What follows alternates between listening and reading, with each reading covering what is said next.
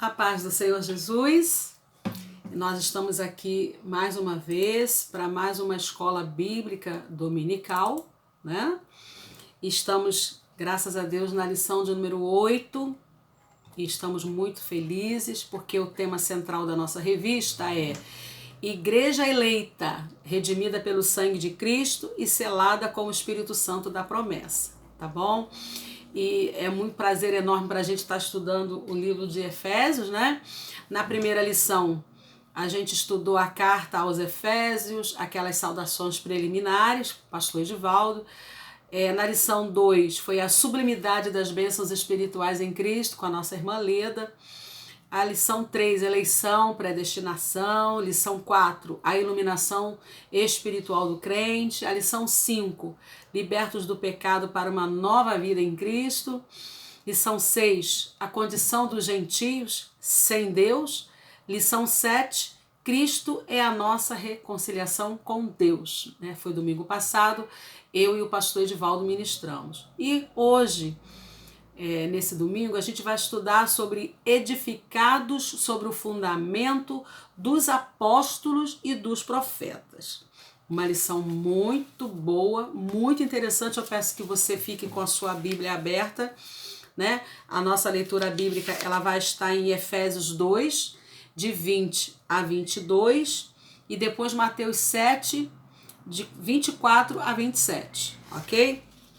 Mas antes, nós vamos orar, depois nós vamos cantar um hino e depois vamos ministrar a escola dominical. Vamos orar nesse momento para o Senhor preparar o nosso coração, amém? Paizinho querido, eu louvo o Senhor por essa oportunidade, porque eu sei que o Senhor está nos concedendo mais uma chance de estudarmos a Bíblia, mas eu quero orar para que o Senhor prepare os corações de cada irmão, de cada irmã, que vai assistir esta aula e pedir que o Teu Espírito Santo ministre. Senhor, fale conosco para nós aumentarmos ainda mais o nosso conhecimento acerca do livro de Efésios, porque ele traz, assim, conhecimentos lindos para a nossa vida espiritual, para nos enriquecer, e é por isso que nós queremos, ó Deus, estar na Tua presença. Abençoa os corações, abençoa o meu também. Seja conosco no decorrer desta lição. Eu te oro, eu te engrandeço no nome de Jesus. Amém. Vamos cantar 88 da nossa harpa cristã? Amém?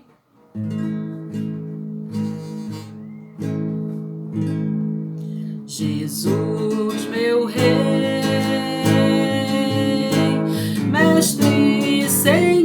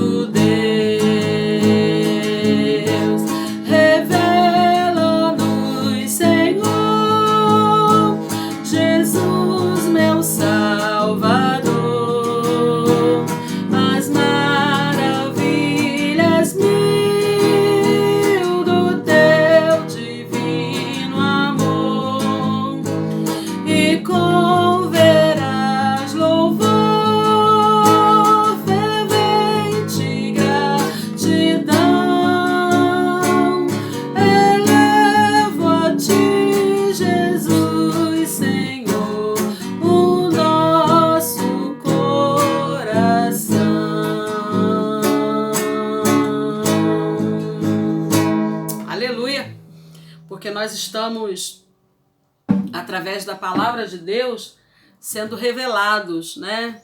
Sobre as suas maravilhas, sobre aquilo que Ele tem para cada uma das nossas vidas. E é com o Senhor, verdadeiramente, que nós estamos precisando de aprender. É com Ele, é com o seu Espírito, porque a cada dia Ele de fato ministra aos nossos corações. Eu quero pedir para que você abra aí, como eu disse, a sua Bíblia no livro de Efésios, né? Capítulo 2, de 20 a 22. E o texto áureo é o verso 20 do capítulo 2, que diz assim: edificados sobre o fundamento dos apóstolos e dos profetas, de que Jesus Cristo é a principal pedra da esquina. Aleluia. Esse fundamento significa a base, o alicerce, né? Você vê que numa construção, quando ela é iniciada, eles fazem primeiro o fundamento, que são aqueles buracos enormes, né? Quanto mais fundo, melhor, enche de concreto, e aí depois vem aqueles pilares. Esses fundamentos, né, eles fazem com que a casa fique solidificada, fique bem estruturada. Então, o fundamento dos apóstolos e dos profetas é Jesus Cristo. E ele é a principal pedra de esquina. E eu pesquisando sobre o que é pedra de esquina, diz o seguinte: o que era a pedra de esquina? A pedra de esquina era a pedra primeira a ser assentada na esquina do edifício. A partir dela eram definidas as colocações das outras pedras. Então ela era a pedra principal, né, que ficava entre na esquina do edifício. E depois dessa pedra é que eles colocavam as demais. Interessante, né, gente? Muito bacana sobre isso. Nós vamos estudar isso, vamos entender sobre isso. A verdade prática diz assim: Jesus Cristo é a pedra basilar, né, a base da igreja, que está edificada por meio dos ensinamentos dos apóstolos e o testemunho dos profetas. Ok? A nossa leitura bíblica em classe está em Efésios 2, como eu disse, de 20 a 22, e de Mateus 7, de 24 a 27. Vamos a Efésios 2, 20, 21, 22. Novamente, né? Edificados sobre o fundamento dos apóstolos e dos profetas, de que Jesus Cristo é a principal pedra de esquina, no qual todo o edifício bem ajustado cresce para templo santo do Senhor. 22, no qual também vós juntamente sois edificados para a morada de Deus no Altíssimo, no Espírito, perdão. Agora Mateus 7, 24, 25, 26, 27. Mateus 7 diz, 24 diz: todo aquele, pois, que escuta estas minhas palavras e as pratica, assemelhá-lo-ei ao homem prudente que edificou a sua casa sobre a rocha. Desceu a chuva, correram rios, assopraram ventos e combateram aquela casa, que não caiu porque ela estava firmada sobre a rocha. E aquele que ouve essas palavras e não as cumpre, compará-lo-ei a um homem insensato, que edificou sua casa sobre a areia.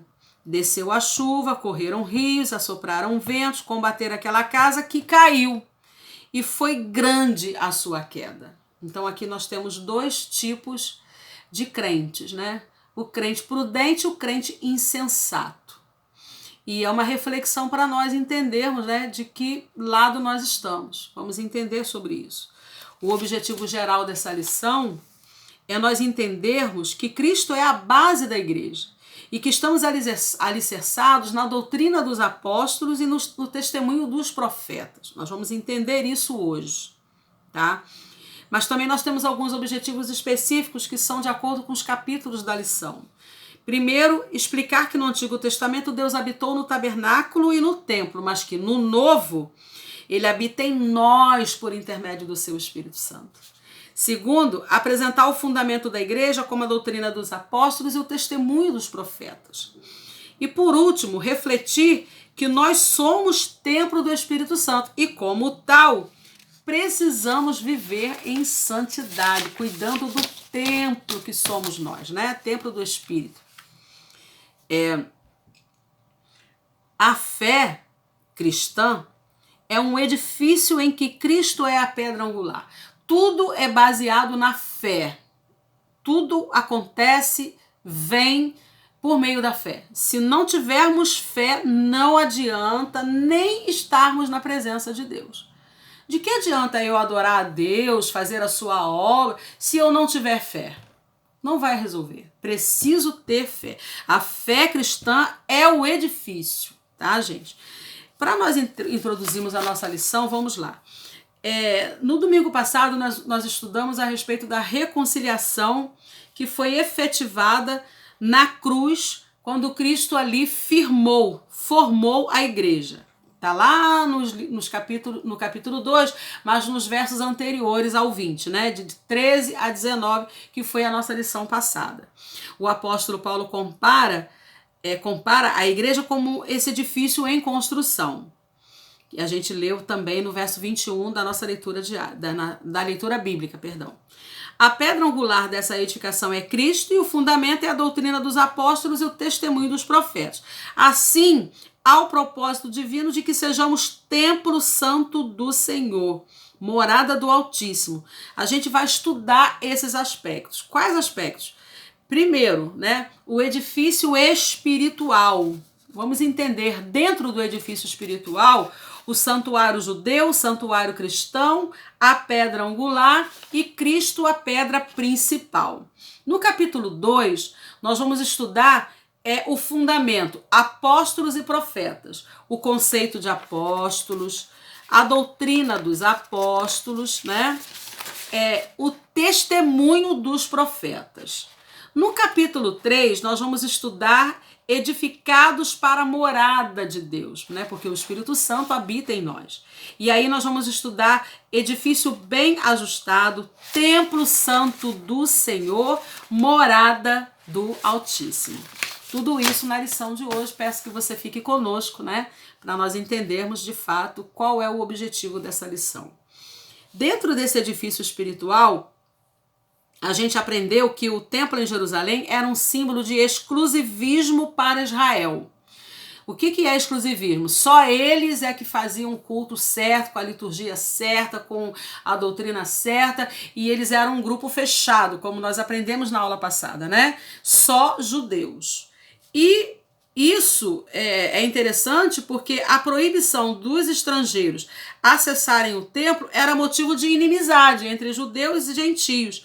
Quando Jesus reconciliou ambos por meio da cruz, ele aboliu as leis cerimoniais, desfez a inimizade entre eles e formou uma nova humanidade, como a gente aprendeu em em Efésios 2, 18 e 19. Então, a igreja foi formada a partir dessa amizade, né? Desse novo concerto, dessa nova humanidade, quando juntou gentios e judeus, tá? E aí, o templo judaico perdeu a sua relevância, né? E surgiu, então, um novo conceito de santuário que nos é apresentado.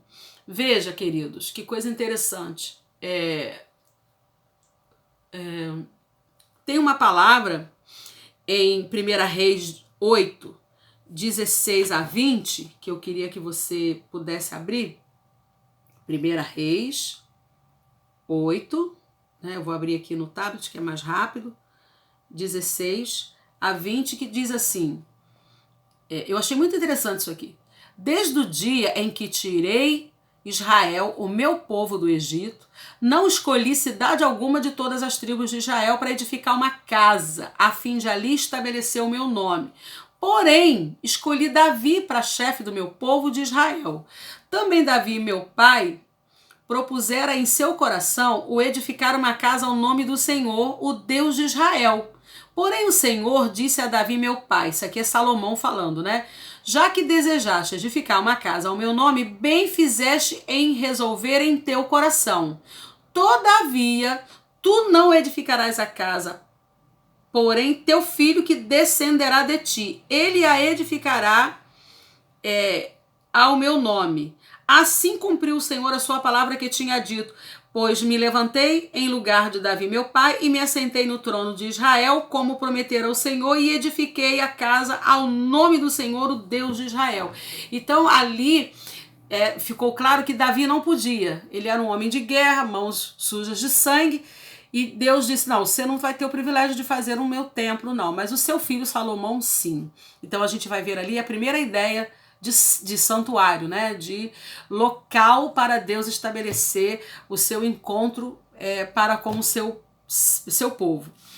E aí, isso foi o santuário, né? Como que ele começou, no primeiro ponto. No segundo ponto é o santuário cristão, porque agora, uma vez instituída a amizade entre judeus e gentios, a questão do templo ficou completamente sem relevância, né? Não é mais ali naquele templo de 4 paredes que o Senhor vai manifestar a sua presença. Na verdade, nós agora nos tornamos santuários cristãos. Os que pertencem a Cristo são comparados a um edifício onde Deus habita em espírito. O ensino apostólico lembra Salomão quando este reconheceu que o templo de Jerusalém não poderia conter a Deus. E aí, no mesmo capítulo que a gente leu, vamos lá no 27, que diz assim, quer ver? 27.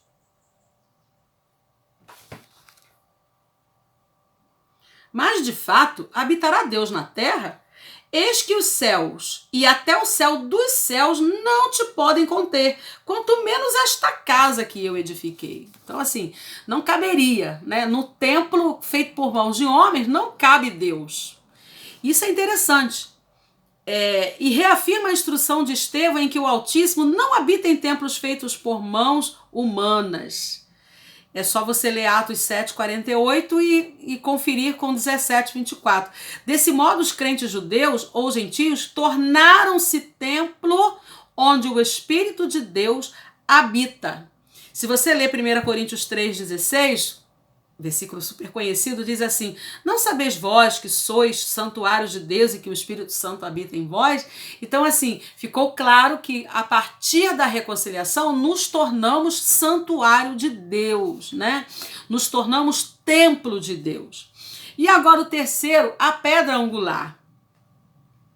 Aleluia. Na arquitetura antiga, a construção de um edifício requeria uma pedra angular e ela é traduzida como a pedra mais importante. A gente falou isso lá no início, lembra do texto áureo? Ela é traduzida como a pedra mais importante ou pedra principal. Ela era posta no canto do prédio para sustentar o alicerce. Firmar e unir toda a estrutura e manter as paredes em linha certa.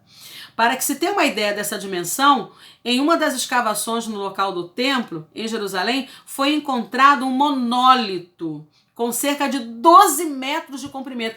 Quando eles fizeram escavações arqueológicas, né? O que é um monólito? É uma pedra de grande proporção. Eles encontraram uma pedra com 12 metros de comprimento, um monólito, né? Numa dessas escavações arqueológicas, lá no templo de Jerusalém. Estão vendo como é interessante essa coisa da pedra angular, pedra de esquina, base, né, estrutura. 4. Pedra principal.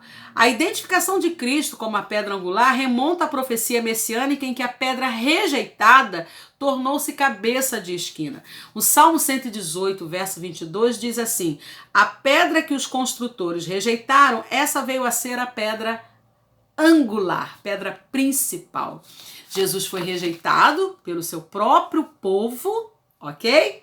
Mas após a reconciliação, após o evangelho ter saído dos confins da Judéia, Samaria, né? Foi embora lá direto, agora Jesus se tornou a principal pedra, né? O objetivo principal do evangelho, louvado seja Deus. Então, a pedra angular deste novo santuário é o próprio Cristo. Aleluia, né? É o próprio Cristo. Por isso a gente viu lá na nossa leitura em Mateus, leitura bíblica diária, né, que a gente leu, deixa eu achar aqui, deixa eu retornar, diz que, veja bem, aquele que edificou a casa sobre a rocha é o homem prudente, e aquele que edificou sobre a areia é o homem insensato. Por quê? Porque quem edifica sobre a rocha é porque tem a Cristo como fundamento, como a pedra angular. E quem ainda não se deixou ser trabalhado, né, não entregou a Cristo verdadeiramente seu coração, é porque realmente a casa ainda está firmada sobre a areia. Então vai ruir, vai cair, não se firma de jeito nenhum, ok? Então, encerrando essa parte, assim como também os apóstolos testificaram ser Cristo a pedra principal, conforme Atos 4:11, este Jesus é a pedra de esquina rejeitada por nós, os construtores, a qual se tornou pedra angular. Ele foi rejeitado, sim, pelos próprios judeus, que para quem ele veio, né? Ele veio para os judeus e esses o rejeitou, esses não o receberam. Mas agora Jesus Cristo está, aleluia, para todos, né? O evangelho de Cristo para todos. Louvado seja Deus. Então ele se tornou, por causa disso, a pedra angular. Amém. Portanto, a pedra angular deste novo santuário é o próprio Cristo. No Sermão do Monte, aprendemos que o homem prudente edifica a casa sobre a rocha, que é Jesus Cristo. Louvado seja o nome do Senhor. Agora, no capítulo 2, apóstolos e profetas, nós vamos ver sobre o fundamento. Primeiro, o conceito de apóstolo. O termo grego para a palavra apóstolos é usado para enviado ou mensageiro. O apóstolo é centrado na natureza da missão de Cristo, que foi enviado para ser o Salvador do mundo. Em 1 João 4,14 diz assim: o Pai enviou seu Filho como Salvador do mundo. Então veja bem, Jesus foi o principal apóstolo enviado ao mundo, ou seja, para uma missão, com uma missão, tá? Isso é muito interessante nós aprendermos, ok? O apóstolo, ele é centrado na natureza da missão de Cristo, que foi enviado para ser o Salvador do mundo. Nos evangelhos Mateus, Marcos, Lucas, usam o termo quando se refere aos 12 escolhidos por Jesus. E aí, abra lá de novo a sua Bíblia, Mateus, se você puder. É bacana a gente estar lendo as referências porque elas trazem a nossa base, né? Mateus 10, 2. De 2 a 5. Diz assim. Mateus 10, 2 a 5. Ora, os nomes dos 12 apóstolos, ou seja, os enviados, né?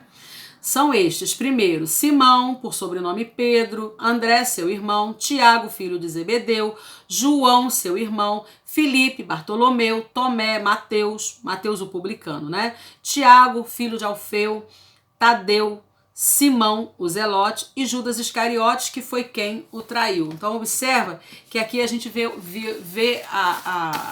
o apostolado sendo institucionalizado através dos 12 discípulos que Jesus escolheu, tá?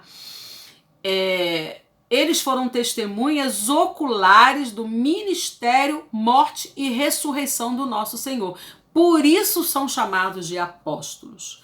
Testemunhas oculares. A gente precisa entender que não se usa esse termo hoje pela visão literal, né, de apóstolo para servos de Deus, porque nós não presenciamos nem a morte e ressurreição do nosso Senhor. É lógico que quando a gente vê falar em apostolado, no sentido subjetivo, né, simbólico da palavra, é para questões de ministério, né, não de testemunho ocular, tá bom? Eu não tô nem me referindo o apóstolo fulano hoje, o apóstolo Beltrano.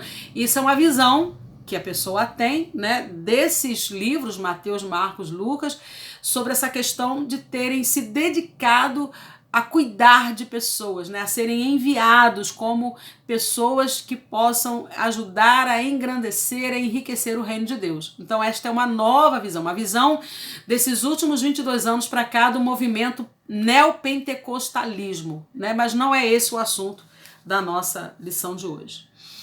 Assim também Paulo foi chamado pelo próprio Senhor para ser apóstolo. Paulo teve um encontro com o Senhor, né? Ele era Saulo, depois se encontrou com o Senhor Jesus e se tornou Paulo. Ao apóstolo, aos apóstolos foi confiado o ministério da palavra com o compromisso de instruir a igreja.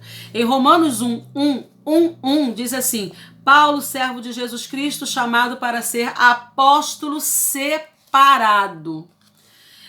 Eu disse na outra aula que o apóstolo Paulo ele é considerado o maior líder do cristianismo porque ele teve a visão de expandir o evangelho para além da Judéia, né, para os confins da terra, para alcançar aqueles que não eram judeus, que no caso os gentios.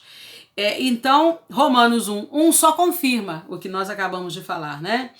Nesse aspecto, os apóstolos são aqueles que foram comissionados por Cristo para a igreja primitiva e a mensagem de Cristo, que é o fundamento.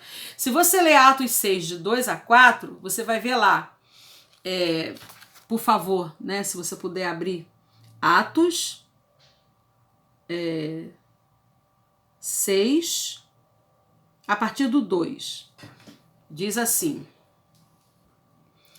piedoso e temente a Deus com toda a sua casa, o que fazia muitas esmolas ao povo e de contínuo orava a Deus. Esse homem observou claramente durante uma visão, cerca da hora 9ª do dia, um anjo de Deus que se aproximou-lhe dele e disse: Cornélio. Este, fixando nele os olhos, possuído de temor, perguntou: que é, Senhor? E o anjo lhe disse: as tuas orações e as tuas esmolas subiram para a memória diante do Senhor.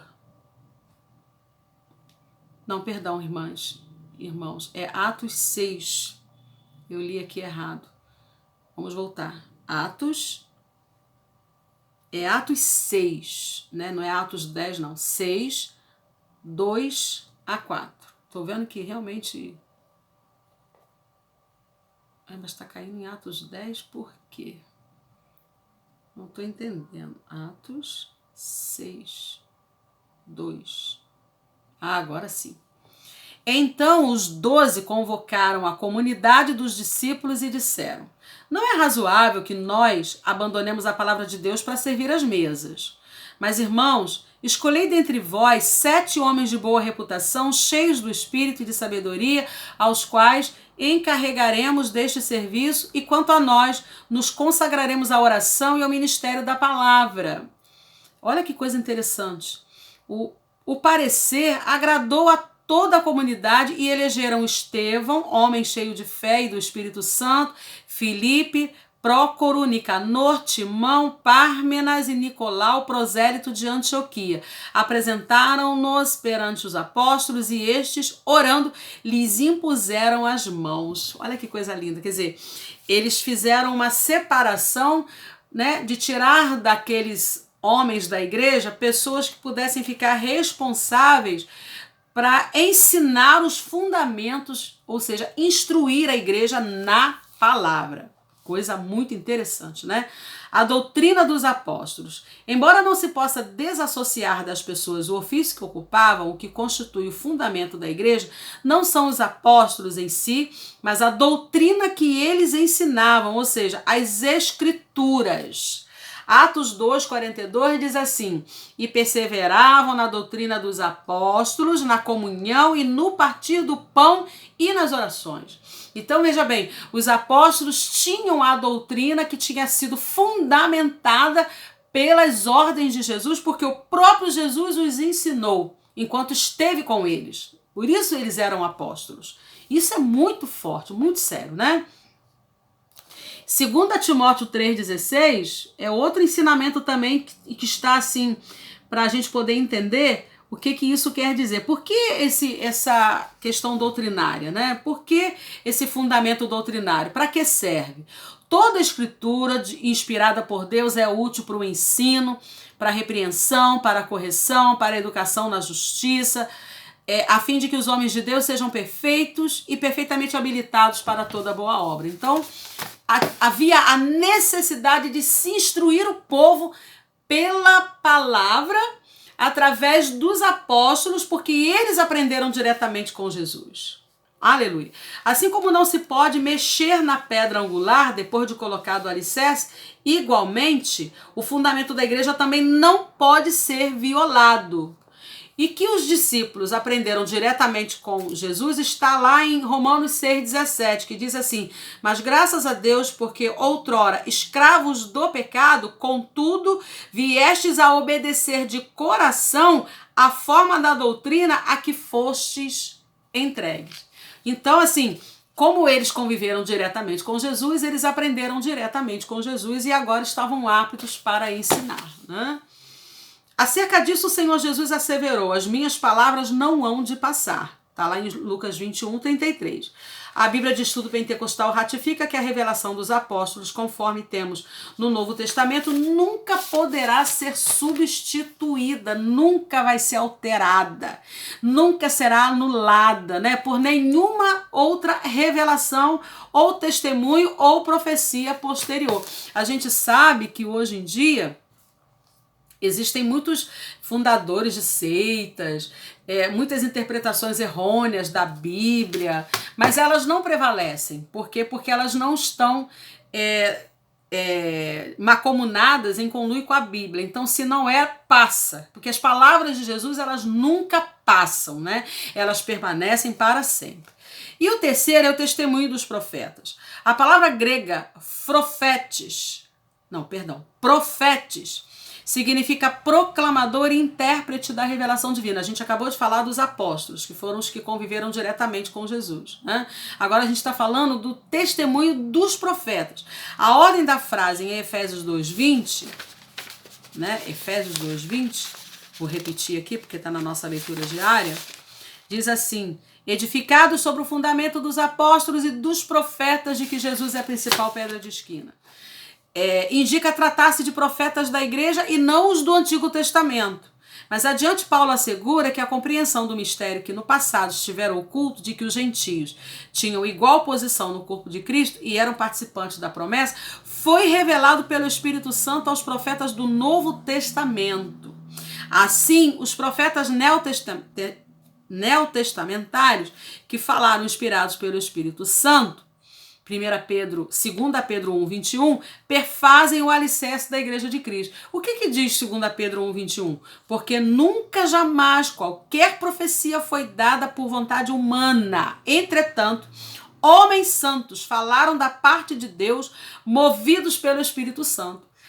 Aconteceu de terem homens santos naquela época falando da parte de Deus, que deixaram, né, profecias das quais nunca poderiam ser duvidadas, porque foram inspiradas pelo Espírito Santo. Louvado seja Deus. Então, assim, terminando essa parte do capítulo 2, a gente vê que a igreja está edificada sobre a pedra angular, que é o próprio Cristo, e o fundamento é a doutrina dos apóstolos e o testemunho dos profetas bíblicos, porque não tem como refutar. São fundamentados na própria palavra de Cristo. Amém? Agora, o último capítulo, né, que é edificados para a morada de Deus, diz assim: edifício bem ajustado. A expressão todo o edifício bem ajustado cresce indica um processo contínuo de desenvolvimento dos crentes.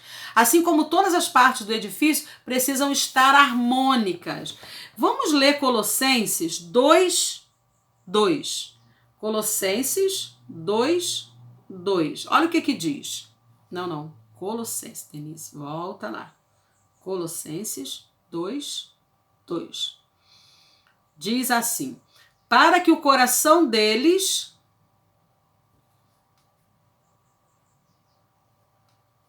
acabou a bateria. Poxa vida. Não tem problema. Vamos pegar aqui a Bíblia, né? Colossenses 2:2. Não tem problema nenhum. Nós estamos com a Bíblia aqui, é porque o tablet ou o celular é mais rápido, né? A gente acha. Mas não tem problema não. Colossenses 2:2. Inclusive até a tradução é um pouco diferente, né? Diz assim: para que os seus corações sejam consolados e estejam unidos em caridade ou em amor, né? Enriquecidos da plenitude da inteligência para conhecimento do mistério de Deus, Cristo. Cristo é o mistério de Deus. Eita coisa mais linda, né, gente? E também tem 1 Coríntios 1:10. 1 Coríntios 1:10 eu até escrevi aqui. Diz assim: rogo-vos, irmãos, pelo nome do nosso Senhor Jesus Cristo, que faleis todos a mesma coisa, e que não haja entre vós divisões. Antes, sejais inteiramente unidos e na mesma disposição mental e no mesmo parecer. Isso aqui é interessante, sabe por quê? Porque quando fala de um edifício bem ajustado, não pode haver divisões de pensamentos errados, contrários acerca da palavra de Deus. Nós todos fomos chamados por um mesmo fundamento, pela mensagem de Jesus Cristo ali na cruz do Calvário, né? Que é a nossa base. Então a gente precisa buscar essa unidade. E o livro de Efésios frisa muito isso. Tessalonicenses também, Colossenses, né? A gente precisa estar ajustado, falando a mesma língua. E isso promove o crescimento da igreja. A igreja cresce porque ela está unida, juntinha, né? Ajustada. Então nada atrapalha o crescimento dela. Glória a Deus. Nessa caminhada, o salvo comporta-se como filho obediente e passa a evidenciar o fruto do Espírito.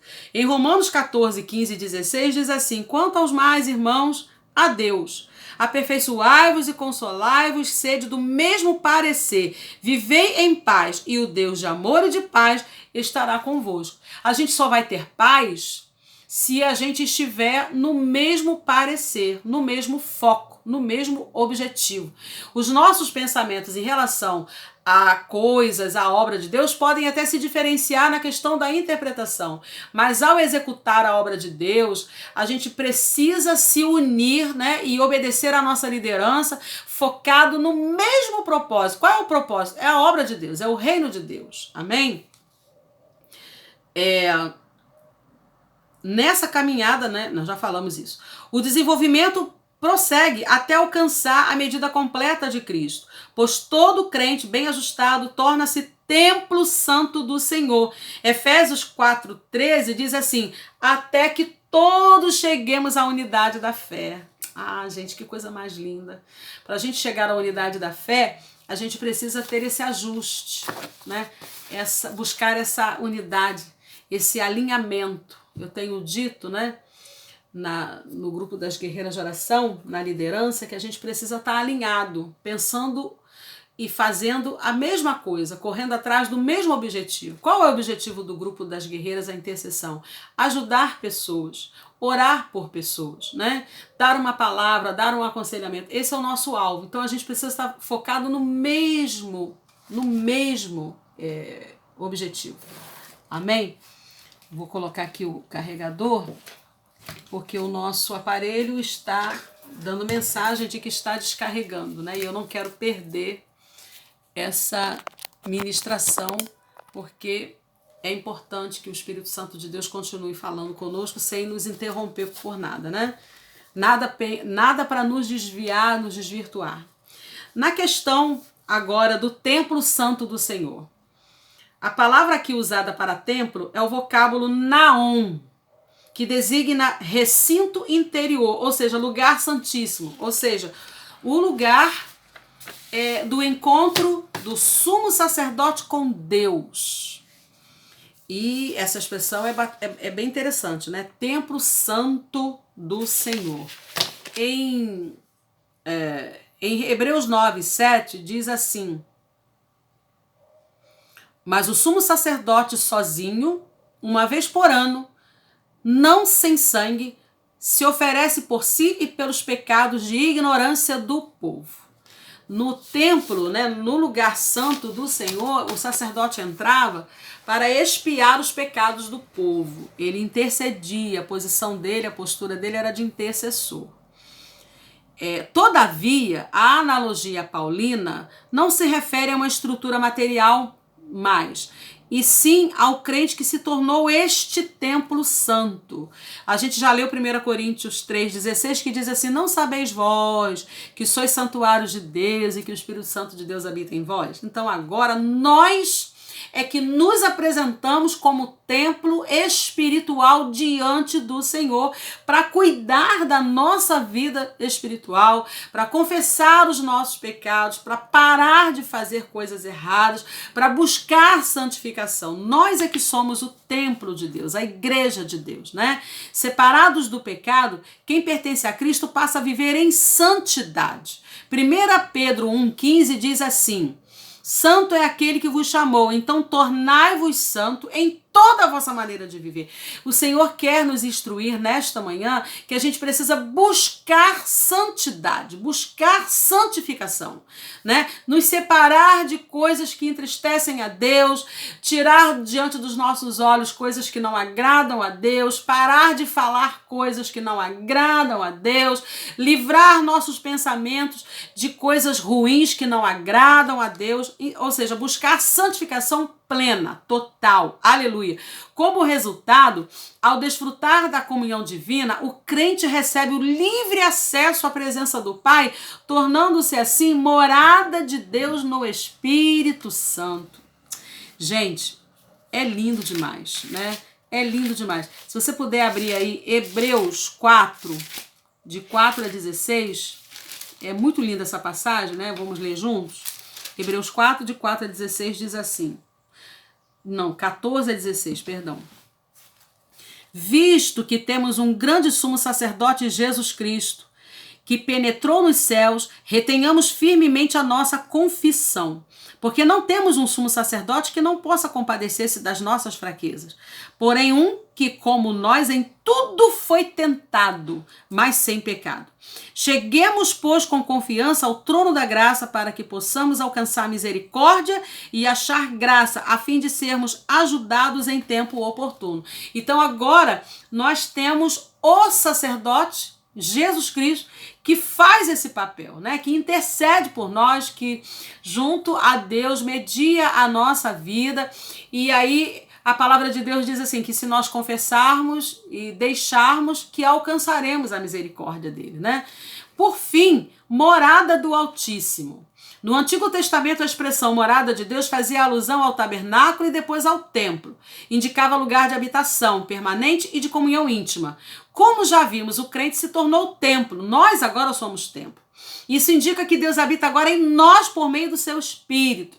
E que tal afirmação ratifica o ensino apostólico de que Deus não habita em templos feitos por mãos de homens.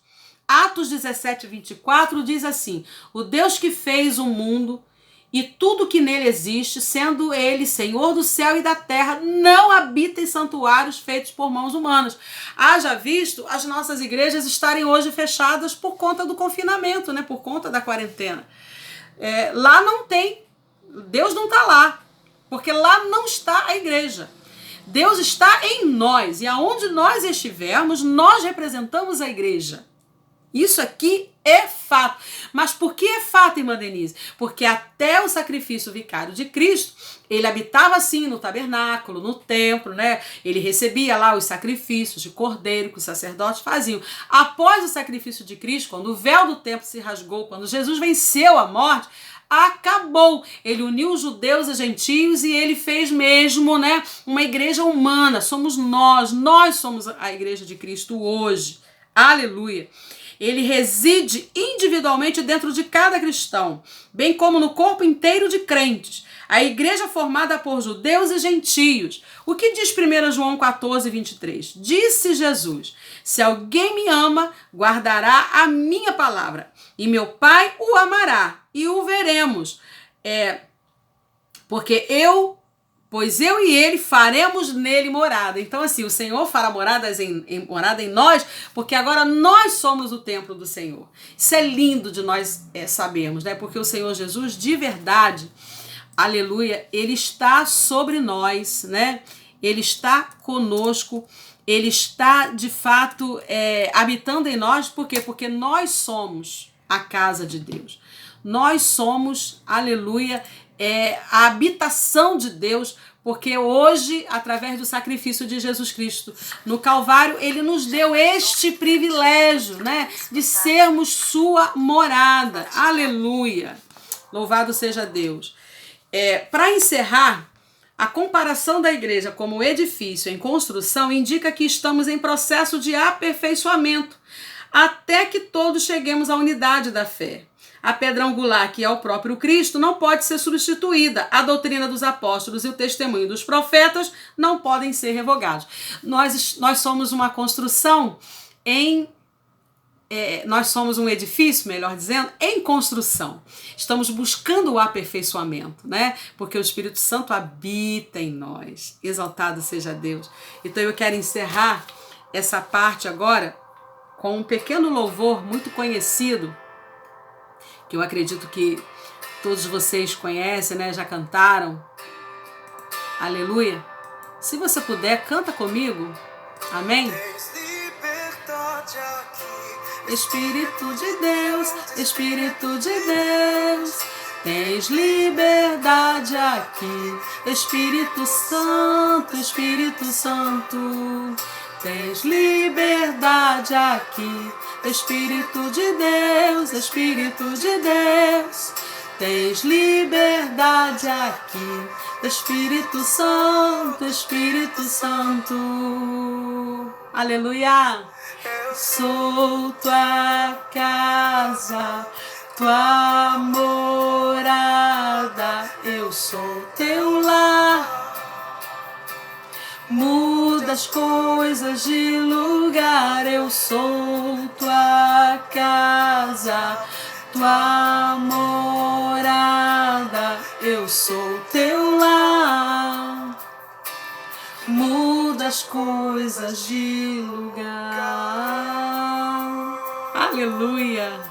Nós somos morada de Deus, estamos em aperfeiçoamento, estamos em construção, né? O Senhor pode mudar as coisas dentro da nossa vida, Ele pode fazer o que Ele quiser, Ele tem liberdade para fazer o que Ele quiser em nossa vida, né? Nós somos casa de Deus. Nós somos casa do Espírito Santo, morada dele. Aleluia! Espírito de Deus, Espírito de Deus, tens liberdade aqui. Espírito Santo, eu sou tua casa, tua morada, eu sou teu lar. Muda as coisas de lugar, eu sou tua casa, tua morada, eu sou teu lar. Muda as coisas de lugar. Muda sim, Jesus. Começa a trabalhar em nossos corações.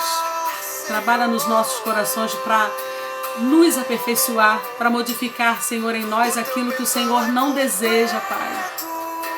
O teu perdão é completo, ele sara minha alma, ele sara minha alma. O teu perdão é completo, o teu perdão é completo, ele sara minha alma, ele sara minha alma. Que o Senhor Jesus Cristo possa abençoar as nossas vidas, Pai. Aperfeiçoar cada um dos teus filhos que estão em casa assistindo essa aula, Senhor. E que verdadeiramente nós possamos ser templo do Teu Espírito Santo, cuidando da nossa casa, alimentando o Teu Espírito Santo com muita oração, louvor e palavra, para que possamos nos fortalecer, Senhor, porque os dias têm sido muito difíceis, mas nós iremos sobreviver porque estamos na Tua presença. Visita, Senhor, os membros, visita, Senhor, os Teus filhos que estão em casa, cada família seja visitada por Teu Espírito Santo, que toda sorte de bênçãos recaia sobre a vida de cada um, em nome de Jesus. Amém. Meu Deus.